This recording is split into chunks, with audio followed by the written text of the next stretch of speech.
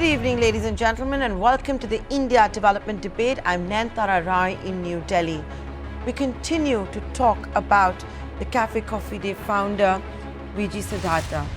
In a shocking turn of events, after a 36-hour-long massive search operation, his body was discovered today.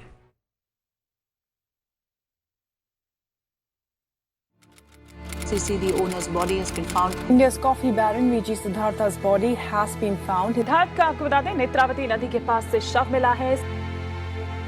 I don't think that he is so weak that he is going to commit suicide.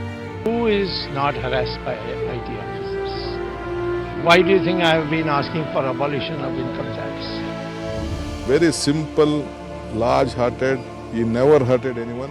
His soul was only to help the people and the small people for their jobs, for their family lives and all. We have lost him. Karnataka can't see such a great entrepreneur once again. जिसका अंत हुआ है, आज मैं उस पर ज्यादा बोलना नहीं चाहता क्योंकि किसी व्यक्ति का मृत्यु ये कोई बहुत अच्छी घटना नहीं होती है, बुरी घटना होती है.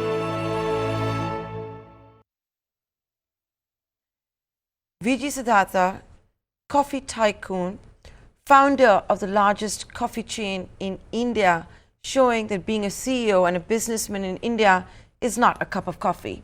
The mystery over the founder VG Siddhartha's sudden disappearance ended on a tragic note when his body was recovered from the river near Mangaluru today in the morning. The case of VG Siddhartha has seen numerous twists since his disappearance on Monday evening. A letter surfaced that went viral on WhatsApp and social media in which he talked about failing as an entrepreneur.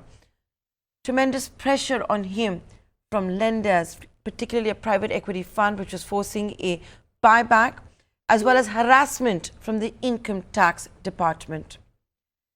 The company board had released that letter to the stock exchanges, and then in the Kahani Mein twist, the tax department said the letter could not have been signed with VG Siddhartha as the signatures don't tally with the records that are with the income tax department. Since then, there has been a political angle that has surfaced as well. Of course, VG Siddhartha is the son-in-law of the former Karnataka chief minister, but the tax department hinting that the raids on Congress politician D.K. Shivakumar have unearthed instances of money laundering links and tax evasion against the company. Tributes are pouring in from India Inc., from politicians, but questions remain to be answered. Are the charges of the income tax department harassment true? How should we define the role of private equity fund managers in a company? Is there something amiss in India's corporate governance? I think that's very clear. There is something amiss in corporate governance. But what exactly happened in this case? It's murky. There are political angles that are surfacing.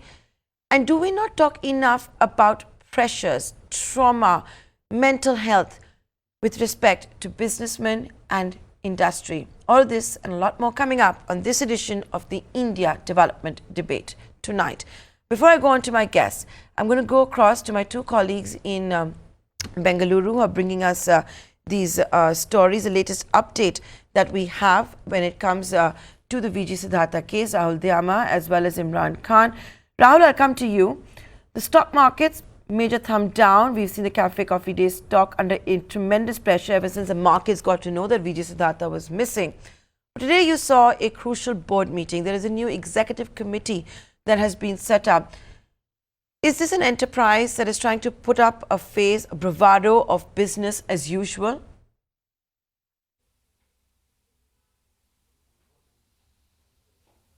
Well, Nayantara, that's right.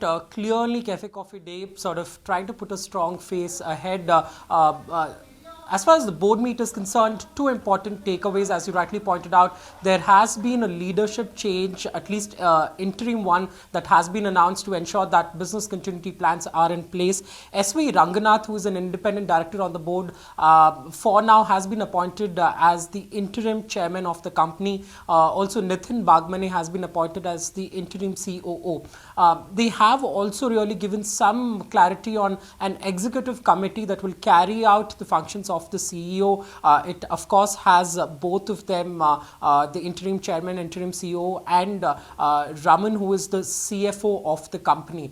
They have also gone on to really address concerns of shareholders around the letter doing the rounds, where as you rightly said, VG Siddhartha has indicated that I have solely taken all the financial decisions of the company. The auditors, the board, the management wasn't aware, to which they have said the letter is still unverified, but they take serious note of the letter that is doing the rounds, and they will investigate this going ahead. Does this really pertain to the company or personal holding, personal transactions that VG Siddhartha carried out? The next board meet clearly is on August 8, but they have indicated that they will investigate the matter of the letter as well. For now, the board sort of putting a united face and saying we do have the focus on business continuity, and a plan of action will be devised at the next board meet. Okay, I'm now going to go across to Imran Khan. Imran, when you talk about this affair, there's a political angle. The Income Tax Department clearly not backing down. Since yesterday, we've been hearing from the Tax Department, while, it is on the one end of criticism for harassment, that all was not well, that there is a sinister tale of money laundering when it comes to Cafe Coffee Day and the founder and the political connections. What's the latest? Well, the documents accessed exclusively by I-T now shows that the money trail which happened between D.K. Shivkumar, the strong leader of the Congress party in Karnataka, and the founder of the Cafe Coffee Day, Siddhartha. The Income Tax Department says that when the raid happened in 2017 at D.K. Shivkumar's house, his financial assistant, they found several incriminating documents connecting D.K. Shivkumar, his daughter, and through his her company's sole space, they transferred money of worth of 20 crore rupees to Cafe Coffee Day. Not only the money was not accounted, it was not even shown in the books, and they say that when they came in the possession of those money, when they confronted Siddharth with it, he accepted the fact that this money has been unaccounted. Now, what is the investigation further proceeded? That there was web of front companies had been set up in connection with D.K. Shivkumar, Siddharth, and also a Singaporean citizen, Rajneesh Gopinath. He was the main guy who was laundering money across borders. Now, the Income Tax Department says that they have audio proof of it, of the conversations happening between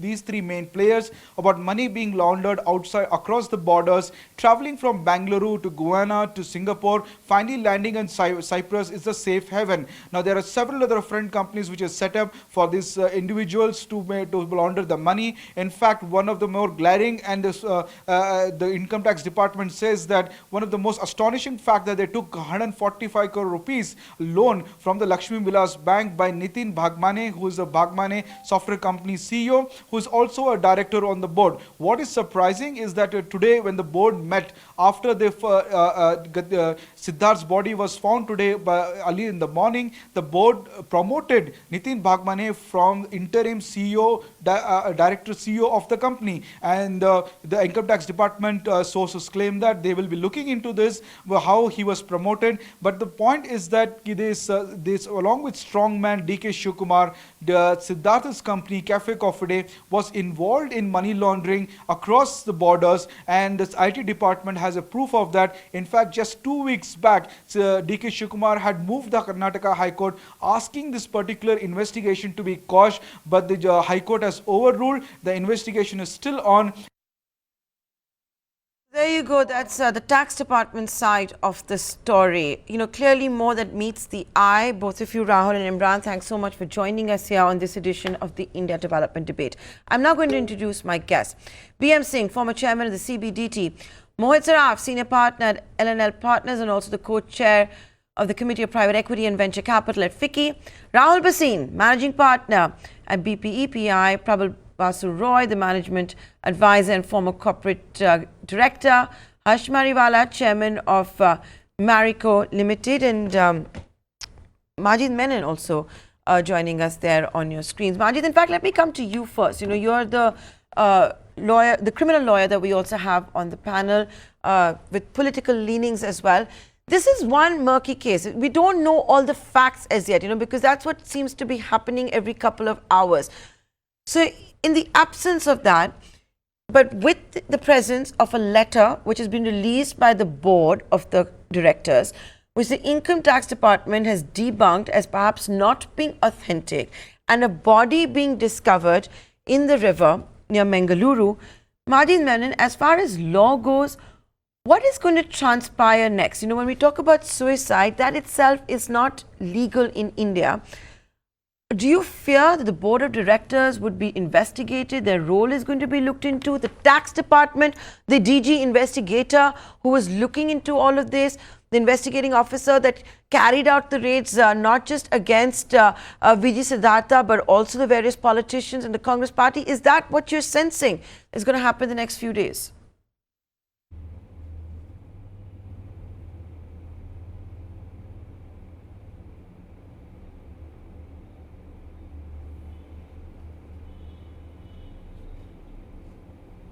Majid, that was for you. Oh, I'm sorry. I thought you have asked somebody else. Now, see, let me tell you, viewers, that yesterday a news broke that Siddharth is very suspiciously missing, and he happens to be the son-in-law of S.M. Krishna, and of course, a big person with political connections and business big deals with him. Now, then today we have heard that his dead body, his body was found by some fishermen in the river. Now, the first and the foremost question that arises, as a criminal lawyer, I must tell you, viewers, that whether his death doesn't apparently seem to be natural death. So, it's an unnatural death. And in law, unnatural deaths have three categories. Either it could be suicidal, or it could be accidental, or it could be homicidal. I think the body is now being taken up for investigation. The circumstances of his disappearance and then discovery of his body are all being examined by the investigating agency, and I think we have yet to arrive at a positive conclusion as to whether it is a case of suicide or it's a case of homicide. Now, it all depends upon what is the discovery. Because according to the discovery, if it is a case of homicide, then many more, open threads would be there as far as investigations go. Who must have been interested in killing him, why he was killed, etc., etc. Now, you see, there was a question raised to me early morning. Well, that what happens to the people's money? The man is dead, gone. So, naturally, the law, company law is also there, then PMLA and other Income Tax Act and so many legislative safeguards are there for the purposes of dealing with recovery of the money belonging to somebody else if the person has suddenly gone. Now, naturally, PMLA happens to be a very money, strong I want piece to of know about legislation. abatement. Enforcement Directorate. But Majid, before we talk about the money, and I'm going to be discussing that, before I talk about the money, what happens to the money trail, and before I go to the other panelists, as the criminal lawyer, what about abatement? Because if you look at the letter that has been allegedly signed by VG Siddhartha, which the Income Tax Department yesterday said perhaps has not been signed by him because certain signatures are not tallying. Majid Menon, with what is written as per that text, what about abatement? Abatement of the income tax officers as well as the private equity fund that was perhaps forcing VG Siddhartha to look at buyback of shares? Now, you see, I'll tell you one thing. If it is found that it is not a case of homicide, if it is a case of, say, suicide, assuming, let us take it this way, that ultimately it is found that this man committed suicide. Now, abatement to suicide is a very peculiar provision of law.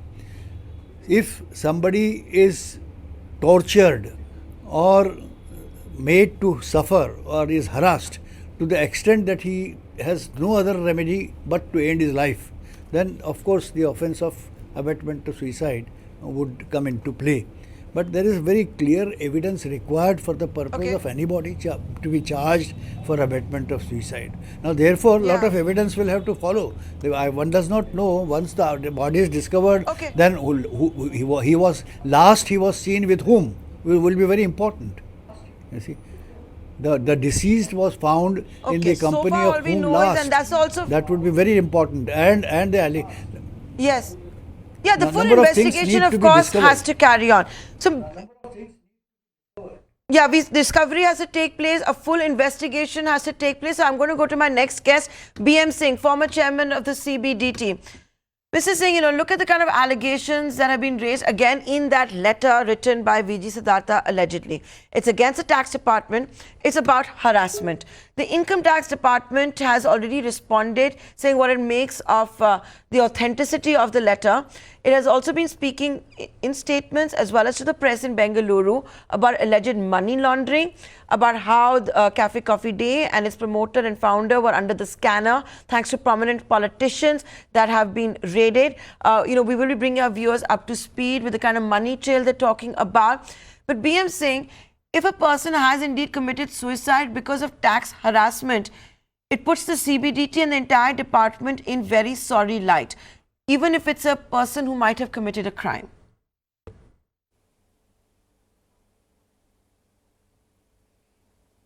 I agree with you. It would put the department in a sorry light. But in this case, firstly, the department, the CBDT has not responded. If you notice that this response has been from the tax office in Bengaluru. And in such a case of such magnitude, it should have been the CBDT which responded. They have a separate section dealing with the public affairs, public matters, and they are the ones who should have responded. Secondly, what the department has said should not be actually made public, because whatever happens in a particular case has supposed to be, there's supposed to be this veil of secrecy around it, unless the matters are called for from the court or some other authority. But they appear to have given out everything which they alleged to have, that this person has done something wrong. Now that also should not have been brought out in public without proper authority. Secondly, thirdly, the matters so far are allegations.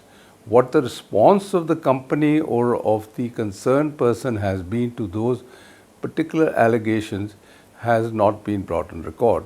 It is stated that he has supposed to have confessed to a certain amount of evasion of tax or evasion of income, and that's why the shares were attached. It all, I think, boils down to the attachment of certain shares and the effect it had on the liquidity crunch of the person. I mean, this is what you can make out from what is coming out in the press. Now that itself should have been looked into, whether it was possible for the department to not attach these particular shares but some other assets of the person or of the company. As far as I know, this was a multi-millionaire, and there must have been huge number of assets they had, and they could have avoided the attachment of these particular shares which were being transferred or about to be transferred. See, things are not very clear right now. Had they been transferred, had the money come into his pocket? No, the things are not clear. And was he able to meet some obligation? Yeah, things are not clear right now. Yeah, things are not clear. But, then in fact, Rahul Bhasin, if I could come to you, is not the right time.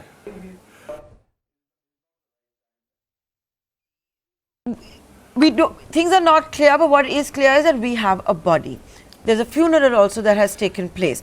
And I think it would be a gross negligence on all stakeholders' part if there was not a lesson to be learned from here, whether it is to do with mental health or corporate governance or the dealings with the income tax department or even private equity that comes in as stakeholders. So Rahul Bhasin, I'm going to come to you next. What is also not clear and what I could not understand is, and this is a conversation you and I were having yesterday, but you were, in transit in an airport and you had not had much time to go through everything, but now you've had time on your side. So Mr. Bhasin, what I don't understand is, and what is also not clear, how could any private equity investor force the founder to carry out a buyback of shares, partial or full?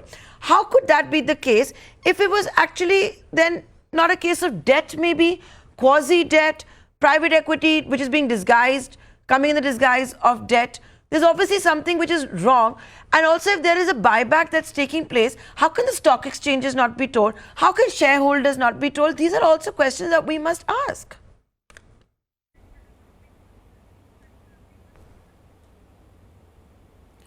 Okay.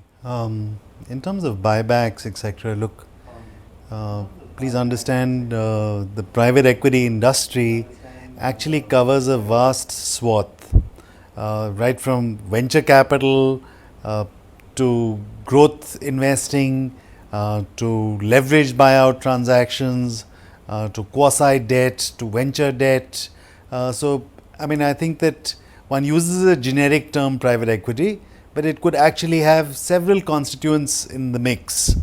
And what often happens is that in engagements, the more purest form of private equity within the Indian context, and I would say 90 to 95% plus would be, I would put it in the category of growth equity and venture equity. But there are, maybe 5% which are in different forms, and a lot of them have what I call customized payoff profiles. So what would happen is that if an entrepreneur feels that his equity is likely to increase in valuation very significantly and he wants to make a bet, then he will typically want to capture more of the upside, and in exchange for that, he will offer more downside protection. Now, if you take that logic and rationale to the extreme, you would end up in what is effectively a debt product, because that's what debt is, where the debt holder is effectively assured of a preferred rate of return, but then does not share on the upside. Now, is that a standard lending product that private equity does? Usually not. I would be surprised. But are there some large global firms who might add that in as part and parcel of a financing structure, as a total financing solution? It's possible. Now, debt, there can be buyback and there can be repayment. I wouldn't call it buyback. There could be repayment. This is not new, Rahul Bhasin. I still remember. But with equity, that is never the case. Rahul Bhasin, this is not new. That is never the case. This is not new. Private equity being disguised as debt is not new. In fact, this has been fought in several jurisdictions around the world. We've seen what RBI has had to say, what SEBI has had to say. There was that famous Deutsche Bank case, which was also in High Court. Mohit Saraf, if I can come to you, this is unfortunately still a practice. You deal with some of the biggest corporates that are there in India. You deal with foreign investors as well. I'm coming back to Rahul, but I'm just moving on to the next panelist, and I'm going to come back to you. Mohit Saraf, I want to ask you, it's not a cup of coffee doing business in India. It's not a cup of coffee for a foreign investor to be in India as well, which sometimes is plagued by flip-flop in policy, with policy paralysis, promoters which may not have the best of intentions, and they can't cap their own returns. How is one supposed to, it's very generic, but how is a listed entity supposed to even bring in an investor on board?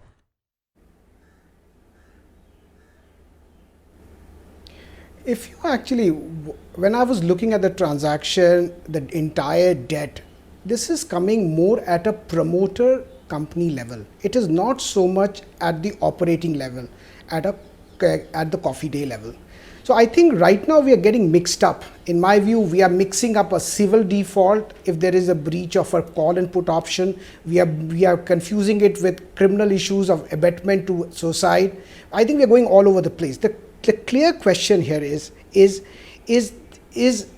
who, I think what you're trying to find out is there a governance issue? I think there is clearly some governance issue, and big governance issue. I think right now, if you look at the promoter entity was leveraged. I think what we understand, it's a purely leveraged entity, and they were in the market trying to raise 2,000 crores. They were failing to raise it, and they were not able to do that. And I think the question here is, who was responsible? Why did this happen? I think there are two responsibilities, not really what has been put in the news, in the letter. One responsibility is of the company itself, the promoter entity, and the CEOs and the CFOs of the company, because they were leveraging way beyond what they could service. And that is the problem, that they were leveraging it. They believe that the music will keep going on and they will be able to raise debt. And the bigger culprit to the entire issue is the NBFC crisis. And if you look at the crisis, who created the crisis? I think there was a regulator, RBI, which allowed NBFC to flourish and did not have controls on it. And one fine day, because of ILFS, they switched off the whole thing. So I would say really, if you look at the genesis of this problem is NBFC crisis, ILFS, and the Raj blame has to lie with the government and the RBI, because bad one corporate fine day governance you stop, and people who were while leveraged ILFS could may not raise money. demonstrate, while And that is what the ILFS may problem is. demonstrate one of the worst standards of corporate governance, Mohit, while INFS may demonstrate one of the worst standards of corporate governance that has existed in India, I don't know whether it would be fair to blame the discovery of VG Siddhartha's body in the river to INFS. There was obviously a lot more that was going on that we don't know about. Harsh Mariwala, if I can come to you, you're trying to also pioneer. Oh, we've just lost the connection with Harsh Mariwala. We're going to come back to you. Prabal Basu Roy. Corporate governance standards, Mohit making a charge that obviously all was not well, all was perhaps far from well. Something was brewing, if I could, borrow a pun from the coffee world, something was brewing. We don't know about it. The income tax department is claiming that it is hawala operations, it is money laundering, all of that. But even if you go by the alleged letter that VG Siddhartha wrote, he tries to absolve his family, his auditors, as well as the board from any financial mismatch that might have happened that he didn't want to do when he failed as an entrepreneur. Is this yet another classic case where your board is not functioning the way it's supposed to function? How you're finding out about how there might be pressure for a buyback, not from the stock exchanges, not from the founder, but maybe when the founder has gone missing. This is a classic case once again of pathetic corporate governance.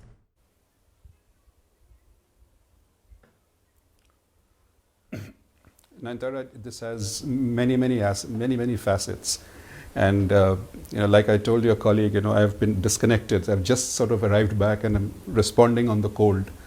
But the fact of the matter is, obviously, corporate governance has been affected, and you can see by the way the new chairman has been appointed, etc. He has also dubious loans and all which are floating around. So we don't know all that. So there is a question of corporate governance, but in my view, at the high level, there are two aspects to it, two distinct aspects to it.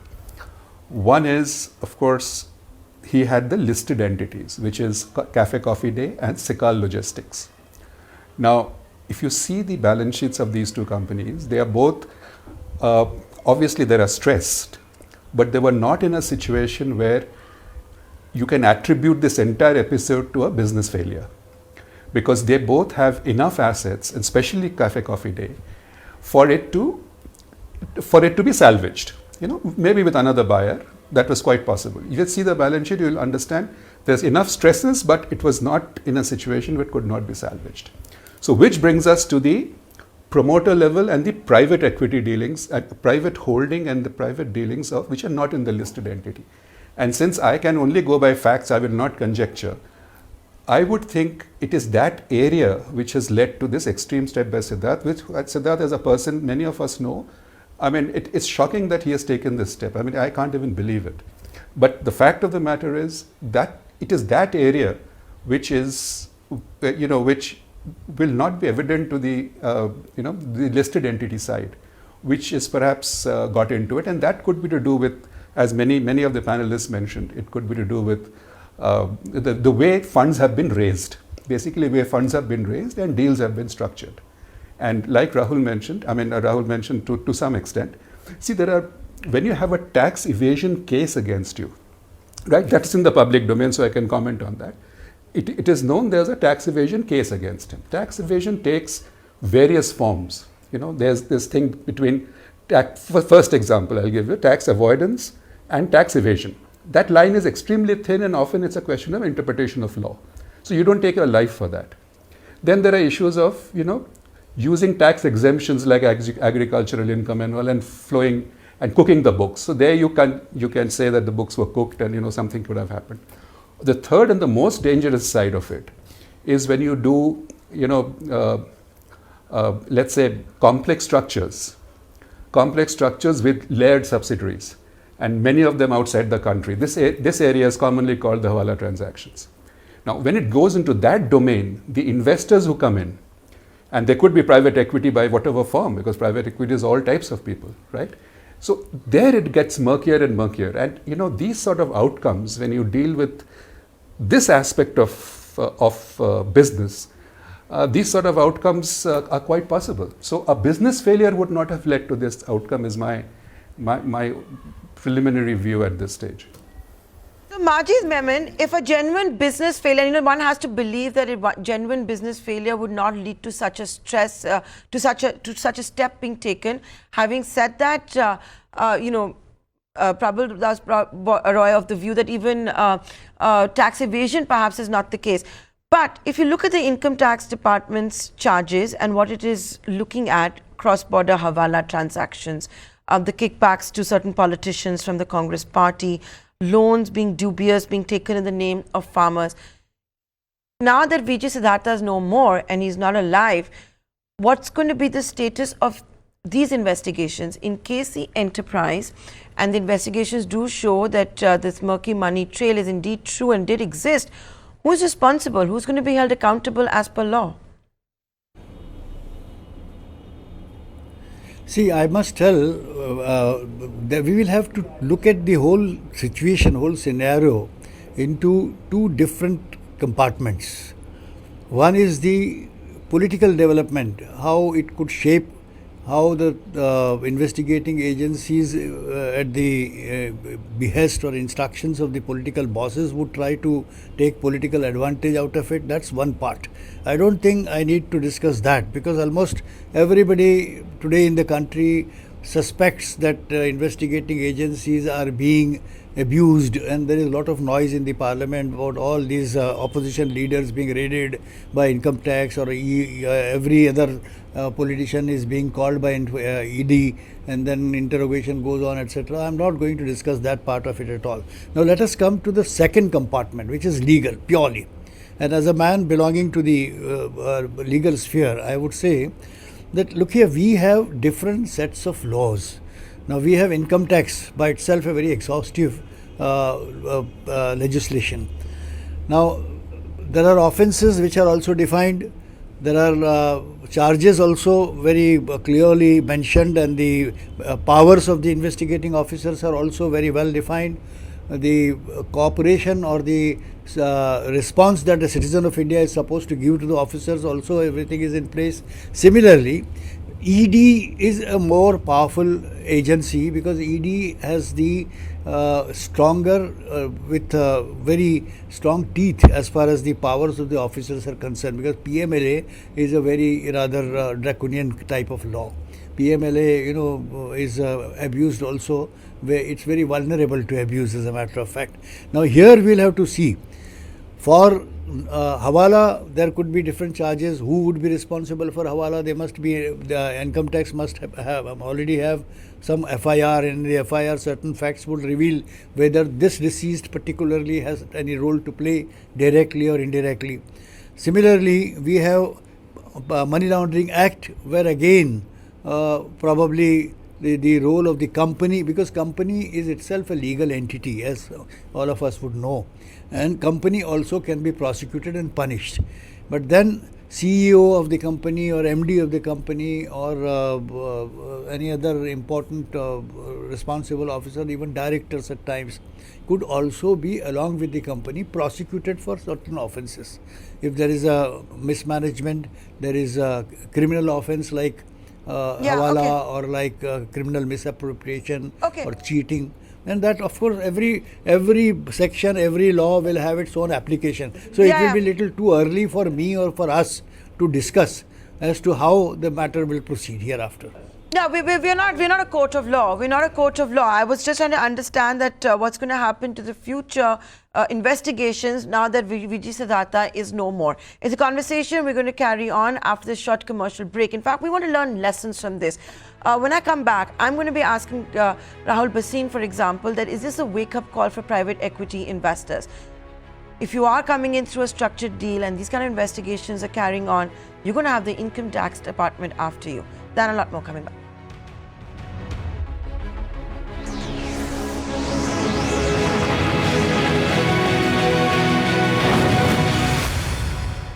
Welcome back. You're watching the India Development Debate. I'm Nayantara Rai. We're continuing to talk about the mysterious death of VG Siddhartha and the future of his coffee empire.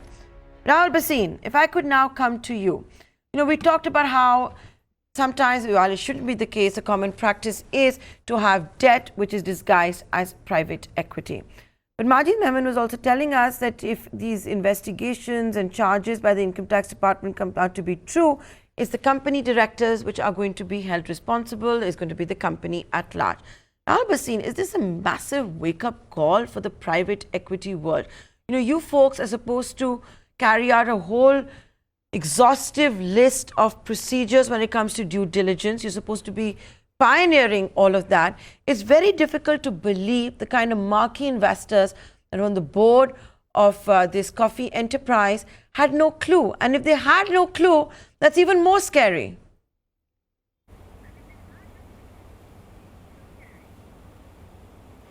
I think, Nayantara, look, to kind of allude to the fact in a kind of this thing way that somehow the private equity person was impinging on the law, etc., I would find that very hard to believe. I don't know a single private equity transaction where multiple tax lawyers, India is such a complex place. The number of lawyers that every private equity transaction uses is extraordinary, including tax advisors. And so I find that very hard to believe that any of the established private equity people would have stepped out of the law. So I would stick my neck out without knowing the facts of the case to say that that's highly unlikely. I think the larger issue is one of a risk judgment, and I think that when people... I'm going to play the role of the devil's advocate here. I'm going to play the role of the devil's advocate here. I'm also not singling out any private equity investor, but we should also not paint everyone with the same brush. I think we've learned the hard way that all rating agencies don't behave the way they're supposed to, that all bank officials don't behave the way they're supposed to, that all promoters don't behave the way they're all supposed to. So I find it very difficult to believe that why should all private equity investors not behave the way they're supposed to. Mohit Saraf, that I'm not going to single out private equity investments here, but what would you say when it comes to corporate governance? It's time and again, it's the same conversation we're having. We just keep changing the name of the companies, but it's just deterioration in corporate governance, which has actually led to such a sad moment where we're talking about one of India's most celebrated entrepreneurs being discovered in a river after 36 hours long massive operation. At the heart of it, it's once again corporate governance. But the sad part is you can have as many laws, you can keep tightening them, but if you've got a whole community that wants to bend the laws, they're going to keep being successful in that. I think this is a little bit more than a governance. I think if you look at it, most corporates in India, and particularly the first generation corporates, they do not have people who understand identifying risk and coming up with techniques to mitigate risk. I think that is a problem, and that is the reason when any change happened, and even last 3-4 years there have been multiple change, IBC change, NBFC funding change. Whenever that happens, the whole thing collapses. So I would say the risk mitigation technique, I think ability to take huge amount of debt because it was available in the market without knowing the cash flows, without having an ability to service debt. And when the debt is not available, then there is a crisis. So I would say that is a big issue, and that's a governance issue. That also is a risk identification issue. If you look at amount of corporates in India, they hardly use risk mitigation techniques. They hardly use insurance. They are very comfortable that we will self-insure it. I think these are big challenges. I think the corporates, if they have to be sustainable over a long period of time, they need to come up with the governance and risk identification and mitigation techniques. More important, if you actually look at all these things, because I think if you look at the letter blames 3 departments. One is private equity, lenders, and tax department. Whatever is said and done, I think I agree with Rahul that whether it was a 281, whether it was a contract, whether it was a law, all of these were exercising, whether it was lender, private equity or tax department, they were exercising the right under the law, which is 281 of Income Tax Act, or right under the contract, which is the private equity investment agreement or the lending documents. So everybody was following, the pressures could be there, but I think largely, and I think you must remember, Siddhartha was not something who was not aware of lawyers, if there was something which was exceeding the limit, he could have gone to court and got a stay order. He did not go to that. So I think right now it is really the issue which largely coming out is he sold his stake in Mindtree. He sold his stake in Mindtree. No, Mohit, in fact, he sold his stake in Mindtree. He sold his stake in Mindtree. A.M. Nayak, the top boss of L&T, personally told me in an interview in May that VG Siddhartha came not once, not twice, but thrice. It was the third time when he said, I want Mindtree employees to be part of the L&T family, that A.M. Nayak and L&T started looking at a possibility of what was being termed as a hostile takeover. But the fact is, it was VG Siddhartha who approached them. If you go through the letter, he says that he has personally been in conversation with Coca-Cola Enterprise as well as with ITC to sell Cafe Coffee Day.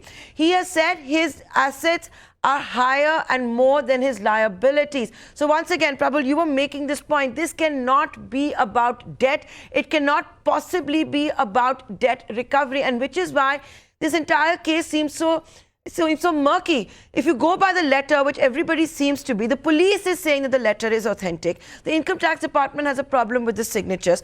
But, if assets are bigger than the liabilities, this is not about debt. You also cannot have a problem about banks wanting to recover what is owed to them, or a private equity investor. This is more than that. And therefore, is this more sinister and completely political in nature? Absolutely. See, I don't know about the political side at all, but I can definitely say it has nothing to do, it has not to do with the business failure of the listed entities side. So, see, that is, listed entities are fairly well regulated. Of course, there are ways of manipulating. We've discussed that in other shows about corporate governance, etc. But in this particular case, the listed entities, they may have been used for some routing transactions. Routing money and all. There might be some exposures to that which we don't know. But the main issue for which such a step has happened, I think, is on his private side, which is the side which we do not know much. None of us know in the public domain, right? And here I would like to make one point, which is I was just seeing the television a few minutes ago. All sorts of politicians are making this thing about tax terrorism and stuff like that, right? Now, I'm not a politician, but let me assure you, there is nothing in the public domain today which sort of demonstrates that this is a case of tax terrorism. Like in Vodafone case, we could have said tax terrorism because of retrospective amendment and so on and so forth. Here, there was a tax raid on some politicians. There were linkages found. And I think when you say tax harassment, the line between, it's a very thin line between tax harassment and strict implementation of law. So unless proven otherwise, I can't see why that should be a problem, especially when there's this issue about Hawala transactions and other things which are sort of surfacing now, in the media. So, and it is that level of investors who get into take that point to BM equity Singh. transactions for Hawala type of things. That's where it happens. Yeah, sure, absolutely. Please do that. Yeah, absolutely. He'll be very right. Yeah. In fact, this is the trend. This is the trend. It's a question I want to ask Mr. Singh as well as Majid Memon. This is the trend.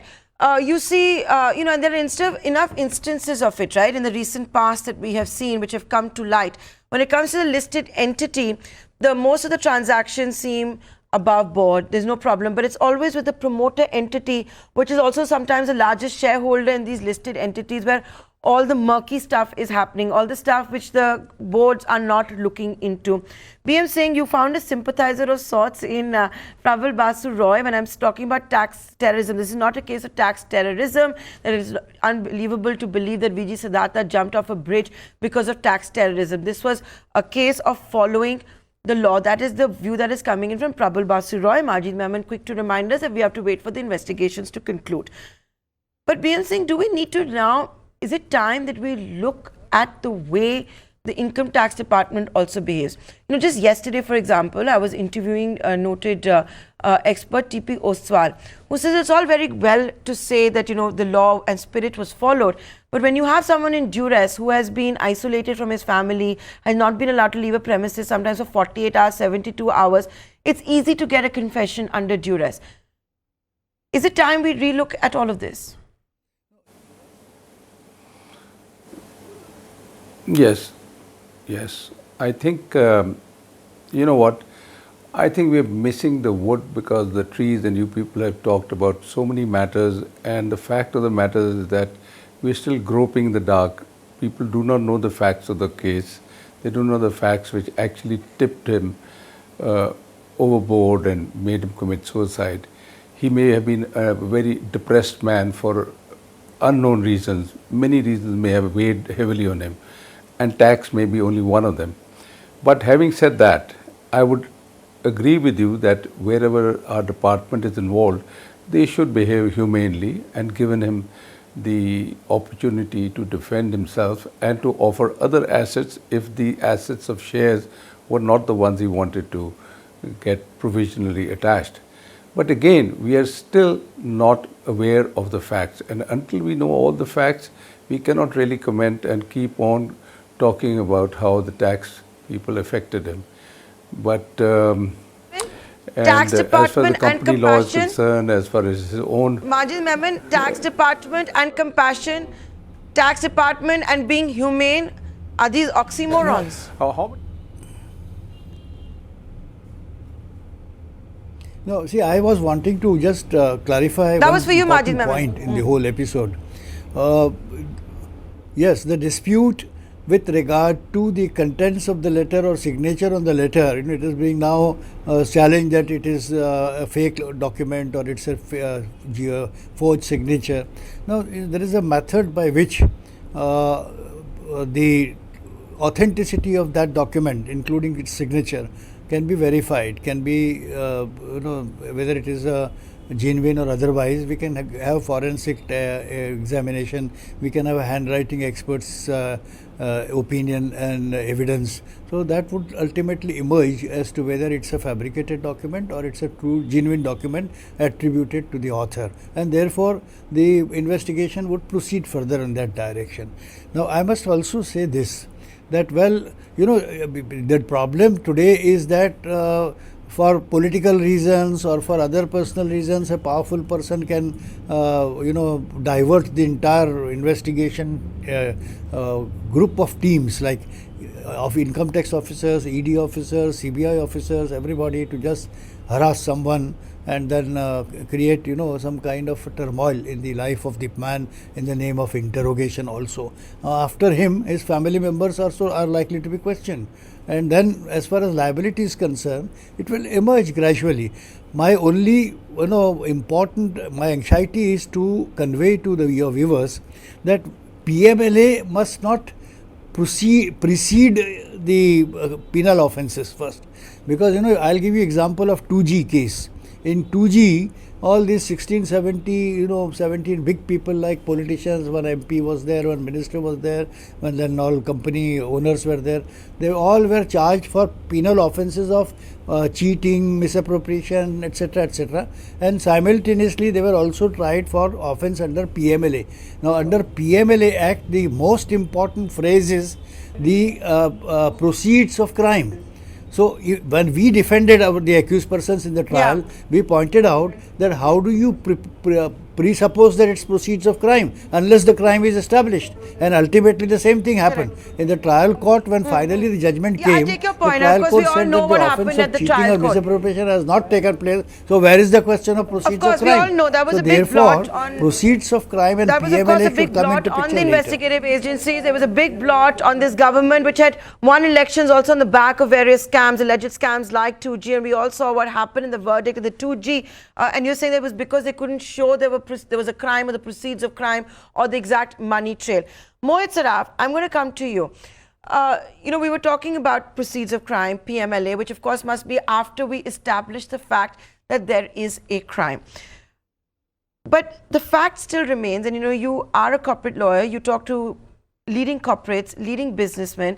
There has been this growing belief that doing business in India is not very easy, it's very difficult, it's not a cup of coffee. We've seen a rise in the number of millionaires that are migrating overseas. You have this FPI surcharge which has come in, which is, disillusioned the super rich. is there merit in this? Because on the other side, and I would want Majid and Mr. Singh to come in, if you don't follow the law or if you feel you're above the law, look at what Vijay Mallya has had the audacity to put out today. Maybe we should say, okay, you and your business is not welcome here. I think, Nayantara, you're absolutely right. There is a serious deficit, I think, of trust deficit between government and businessmen. I think the government has to stop treating businessmen like cheats. There are cases where there can be business failures and they need to look at it. If they are cheats, they need to be punished. I think that differentiation need to be brought in. The second thing which the government is doing carelessly, I would say, after such a big mandate is that every time they realize that they were wrong, like the NBFC crisis, they realized that they did not regulate NBFCs well, and therefore mutual fund money was being put in very low quality credits. Then they overnight changed everything.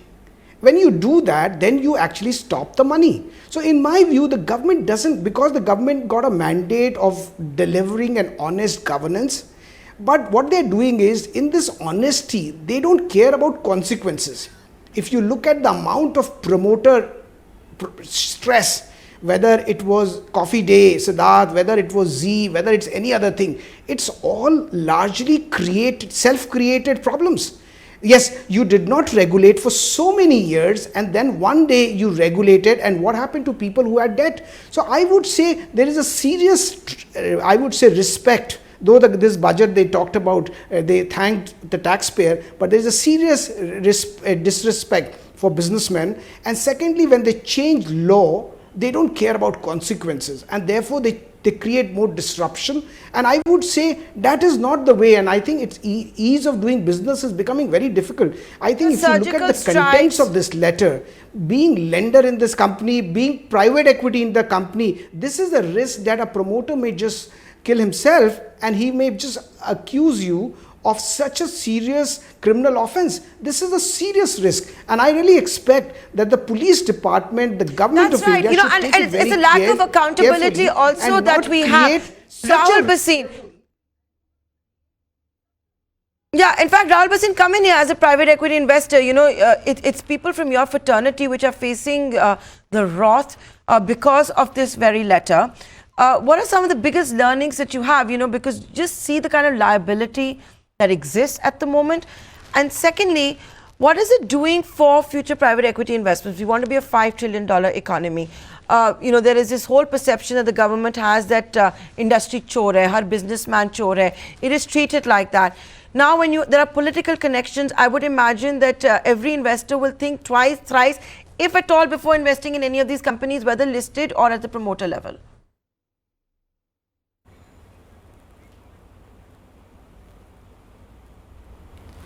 Look, very honestly, if you, let's get down to brass tacks. If you look at returns in India, whether it's in the listed market or the private equity market, in the last 10 years or the last 15 years, they are subpar to the returns in most parts of the world. Right? I mean, so let's start with that context. Now, if you have that and you have multiplicity of difficulty, additional taxes being levied, unpredictability in terms of the ecosystem and environment, it is going to actually diminish the amount of capital which comes into India, and I think we sorely need that capital. So it really needs a holistic view, and I think that the government, when they came into power the last time round, had a very serious plan of ease of doing business. They identified 144 parameters and systematically started working on them. But what happens is that you start working on old issues, but in the meanwhile, whether it's the judiciary or it's the bureaucracy or it's the tax department, everyone comes up with their own new incremental things which create problems and creates issues. It's a very sad state of affairs because there isn't somebody who's thinking about all of these things holistically, and to my mind, that there are so many regulators in the country, each one of who acts independently of each other. I mean, they don't consult. The other thing I feel very often is that there isn't enough, they should take people from the private sector and put them into these roles also. It shouldn't simply be bureaucrats and IAS officers, etc., because they really don't know how global business is evolving, changing, and the needs of the current ecosystem and environment to compete and succeed. They just are completely disassociated with it. And that, to my mind, ends up creating, whether you take the angel tax situation, for example, or all of these kinds of things, this is simply, to my mind, a lack of awareness of what reality is. The intention is something else, but the consequences are not understood. What and reality really, I think you is, just need expertise lack in of awareness where reality is. I think all our panelists, lack of awareness when it comes to reality, I think all of our panelists are unanimous in one case, and that is, this is not about simply tax evasion. This is not about paying off debt. There's obviously something more which we don't know about. And of course, if it's a case of suicide, there has to be heavy duty depression that has been at play, something which is still brewing at the promoter entity, which we don't know about and we cannot uncover on this edition of the India Development Debate. With that, I'd like to thank all of my panelists for joining us here, and thank you viewers for tuning in.